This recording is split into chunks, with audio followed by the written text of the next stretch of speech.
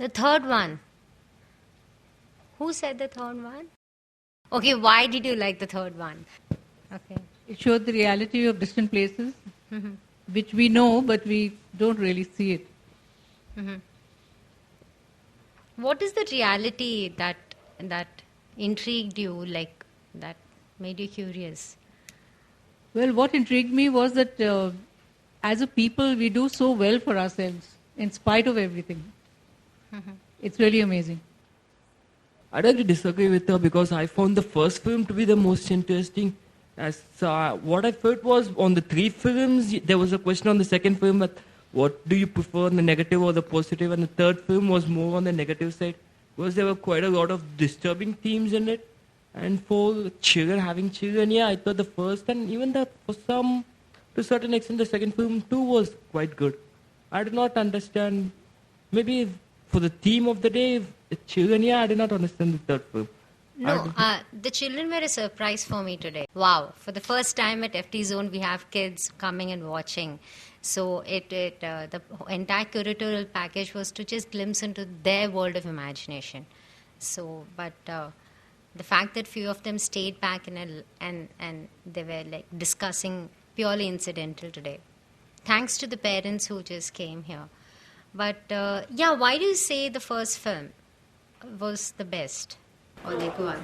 I thought this was a theme, so for the first film, I thought... No. The curatorial package was just about how we look at children and how we shape their lives, the way they think, the fears, anxieties, hopes and aspirations.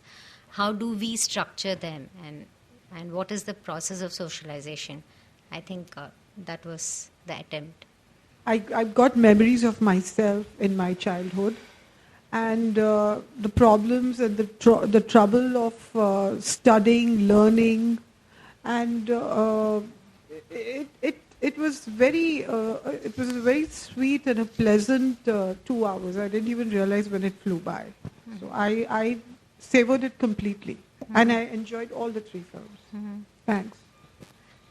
I like the third film particularly because without blatantly stating something, you understand the undertones, like the subtext, the kid going to get liquor for his uncle, or like the kid having a liquor bottle in the shoe. Like I think it was so subtly done that sometimes as a practicing documentary filmmaker, it's very difficult to get that subtlety across of the realities across. Yes. Any other memorable?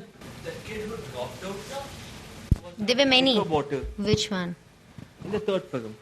I found that to be the most poignant of the film because it was quite very sad. At first he was like more, I'm going to beat up the kid because I feel like it. Then he's having this liquor bottle. I don't know what's going to happen with him.